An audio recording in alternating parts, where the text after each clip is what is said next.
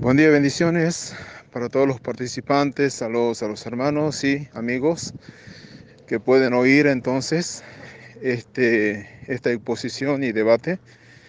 Y bueno, estoy listo, soy Marcelo Vilte de Argentina, evangélico. Soy pretribulacionista y dispensacionalista. Igualmente, buenos días, mi nombre es Ángel Zapata, ya la mayoría me conoce, soy cristiano católico, biblista. En esta oportunidad vamos a debatir con el hermano Marcelo el tema ya pactado, se llama el rapto o arrebatamiento de la iglesia basado solamente en las escrituras. Espero que le vaya bien y listo, entonces voy a esperar acá al hermano Marcelo a ver qué me diga de qué manera hacemos. Ok, esta es la primera cita que voy a pegar, Juan capítulo 14, versos 2 y 3. Y voy a explicarlos ahora. Bien, esta es la primera referencia que encontramos en la palabra con respecto al arrebatamiento. Acá el Señor Jesús dice, en la casa de mi Padre muchas moradas hay. Evidentemente Él se está refiriendo a, al cielo de los cielos, al tercer cielo donde mora el Padre, y donde Él moraba con el Padre desde antes de venir a la tierra. Juan capítulo 1, verso 1. En el principio existía el verbo estaba con Dios y el verbo era Dios. Juan capítulo 17, verso 5, el Señor Jesús dice, glorifícame Padre a tu lado, ahí está a tu lado, con aquella gloria que tuve contigo antes que el mundo fuese. Entonces el Señor estuvo en la gloria con el Padre y Él llama a ese lugar donde mora Dios, la casa del Padre. Dice, muchas moradas hay, voy pues a preparar lugar para vosotros, y si me fuere y os prepararé el lugar, vendré otra vez y os tomaré. Es decir, va a tomar a la iglesia. ¿Para qué? Para llevarlo a la casa del Padre, a donde Él fue a preparar esas moradas. Entonces, el primer texto que presento es en relación al arrebatamiento, eh, Juan capítulo 14, Dios tiene que llevar a la iglesia al cielo. La segunda cita que pego es Hechos capítulo 1. Si bien es cierto que son varios versículos, no es necesario poner atención en todos los versículos. Pero es para presentar la idea. No voy a analizar todos los versículos, pero en forma general voy a presentar. El Señor está por ascender al cielo. Esto ocurre desde el Monte de los Olivos. El Señor le da las últimas instrucciones a los apóstoles, diciéndole que se queden, que iban a ser investidos desde lo alto, dentro de no muchos días, conforme a la promesa que Él les dio, es decir, el Espíritu Santo. Pero mientras avanzan en la conversación, le preguntan al Señor, Señor, ¿restaurarás el reino de Israel en este tiempo? El Señor Jesús les responde, no os toca a vosotros saber los tiempos o las sazones que el Padre ha dispuesto en su sola potestad. Acá la cuestión es de que ellos están preguntando, de acuerdo a lo que entendían, si es que Israel iba a ser restaurada al reino sobre el mundo entero conforme ellos habían oído de Jesucristo. Este mensaje ellos lo tenían muy en claro. Jesucristo tiene que reinar desde Jerusalén sobre el mundo. Hay muchas parábolas del reino. Y también el ladrón arrepentido creía de este modo, ya que dijo, acuérdate de mí cuando vengas en tu reino. El punto que quiero presentar es que el arrebatamiento es una realidad para ir a la casa del Padre, pero Jesucristo tiene que venir a la tierra para reinar sobre la tierra. Hay muchos pasajes que nos hablan del tema, pero en este caso, eh, el Señor les está diciendo a los discípulos, con respecto a la pregunta, no les dice que no va a suceder, podía haberlos corregido. Ellos creían que Israel tenía que ser restaurado. El Señor solamente le dice, no les toca a ustedes saber cuándo va a ser, no les dice que no va a suceder. Así que dos cosas tienen que suceder. Jesucristo tiene que llevar a la iglesia, Jesucristo tiene que venir a reinar sobre la tierra. Bueno, había citado anteriormente de que en Hechos capítulo 1 el Señor se encontraba en el Monte de los Olivos y Él da su discurso final y las últimas instrucciones a los discípulos y asciende al cielo. Tal es así que hemos visto que dice que mientras Él daba estas instrucciones, fue alzado arriba y ellos empezaron a seguirlo con la mirada hasta que de pronto una nube le ocultó de sus ojos y ya no le vieron más. Cuando bajaron la vista, había 2 varones con vestiduras blancas, los cuales le dijeron: varones Galileos, ¿qué estáis mirando arriba al cielo? Este mismo Jesús que ha sido tomado de vosotros al cielo, así volverá, como le habéis visto ir al cielo. ¿Para qué va a volver? Zacarías capítulo 14 nos muestra el regreso, la segunda venida de Jesucristo, y dice: después saldrá Jehová y peleará contra aquellas naciones como peleó en el día de la batalla. Esto es una evocación al cruce del Mar Rojo. Entonces el Señor Jesucristo sale de la gloria y dice que va a pelear contra las naciones que estén rodeando a Jerusalén con la intención de destruirla. Él es lo mismo que nos muestra Apocalipsis 19. El jinete del caballo blanco sale del cielo, el cielo se abre, el jinete sale, y la bestia y el falso profeta están con sus ejércitos rodeando a Jerusalén. Es la misma escena. Zacarías 14 se cumple en Apocalipsis 19. ¿Qué es lo que hace el Señor? El Señor dice: va a apresar a la bestia y al falso profeta y van a destruir a los ejércitos de la bestia. Zacarías 14 nos dice: peleará contra aquellas naciones como peleó en el día de la batalla. Obviamente, ¿quién va a ganar? El Señor Jesús. Luego dice: y sus pies se van a firmar en el monte de los olivos. Recordemos, Jesús ascendió del monte de los olivos, Jesús regresará al monte de los olivos. Luego de que Él regrese por segunda vez, inicia el reino milenial. Lo podemos ver tanto en Apocalipsis 20 como en el mismo Zacarías 14, donde dice: los que sobrevivan de las naciones que fueron contra Jerusalén subirán de año en año a adorar al Rey, Jehová de los ejércitos. Evidentemente hay una diferencia entre estos dos eventos. Una cosa es el arrebatamiento de la iglesia al cielo, otra cosa es la segunda venida de Cristo a la tierra para reinar sobre ella. Para comenzar mi exposición voy a utilizar la cita bandera, de la cual habla del arrebatamiento, lo que es, yo le pregunté al hermano si era pretribulacionista, pero bueno, él dio su postura. Vamos a ver. Primera de Tesalonicenses 4 del 13 al 17 dice: tampoco queremos, hermano, que ignoréis acerca de los que duermen, para que no os entristezcáis.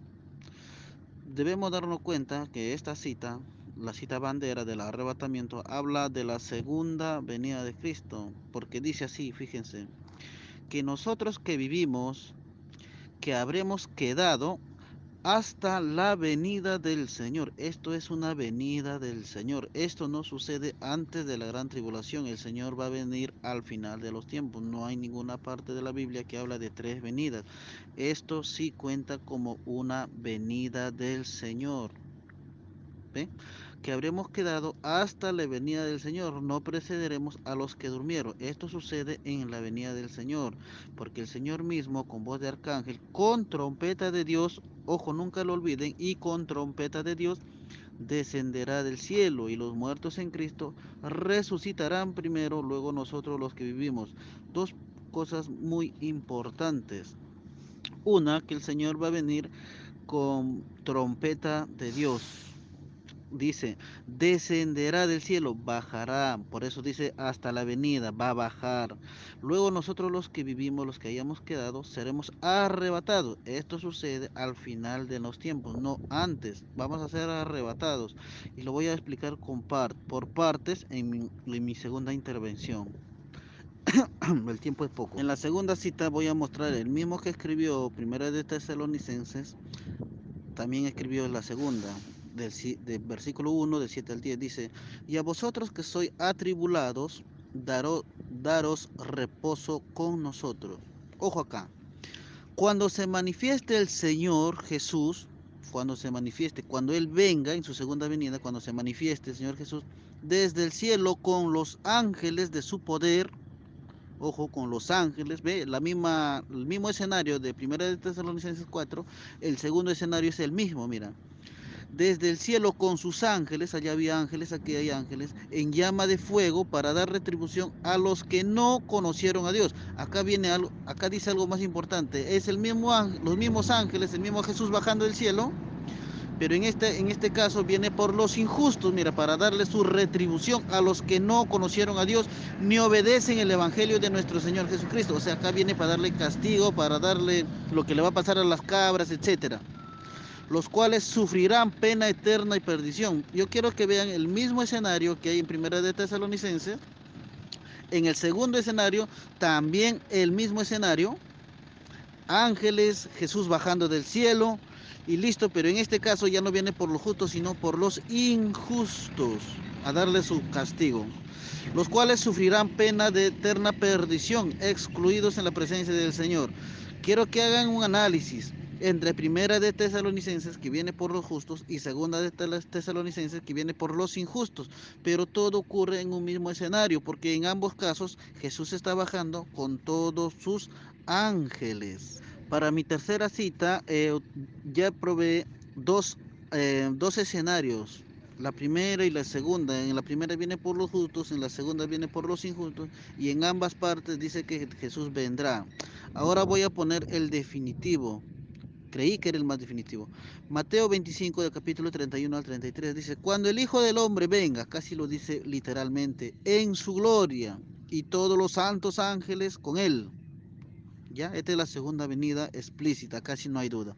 Entonces se sentará en su trono de gloria y serán reunidos delante de él todas las naciones, todas las naciones. Si se van a reunir todas las naciones, vamos a ver si son justos e injustos, porque si el rapto es bíblico, entonces acá ya no deberían estar los justos, solamente los injustos, ya que los justos fueron raptados antes de la gran tribulación, y esto es al final. Vamos a ver entonces.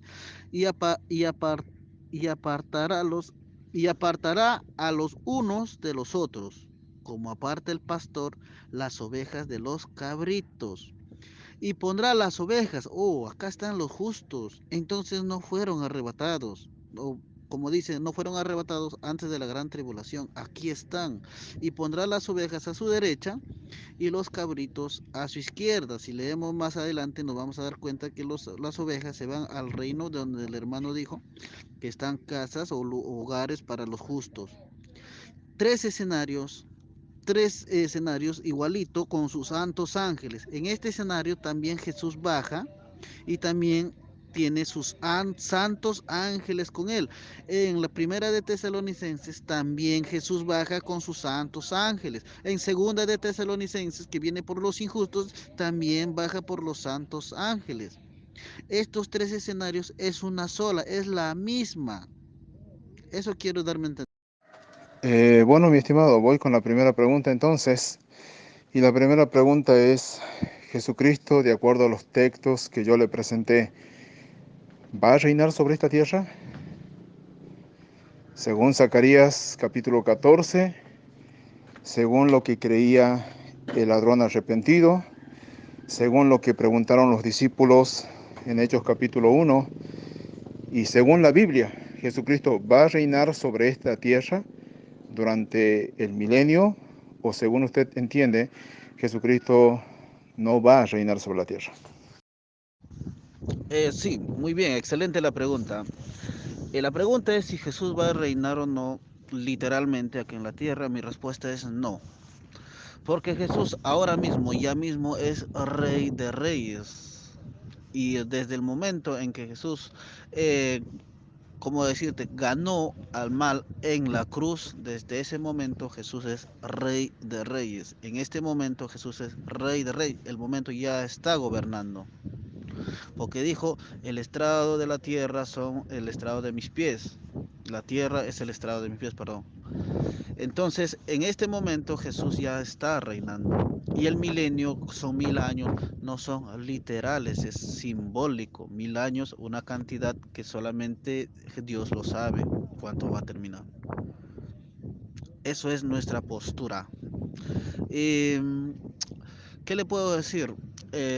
Bueno, de repente para personas diferentes la palabra que Dios va a venir a reinar, pues suena algo ilógico porque estamos pensando que Jesús va a bajar y se va a sentar, no sé, en un trono o algo y va a reinar 1000 años, ¿no? Pues algo ilógico, porque Dios es espíritu. Dios no va a venir así de esa manera porque Él ya está reinando en este momento. Esa es mi respuesta. A ver, hermano Marcelo, usted dice que debemos saber interpretar las venidas de Jesús.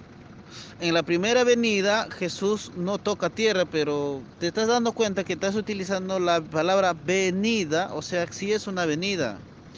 Toda la Biblia habla de dos venidas, pero usted le puso tres, porque a una de las venidas usted dijo, es una venida así, pero no toca la tierra.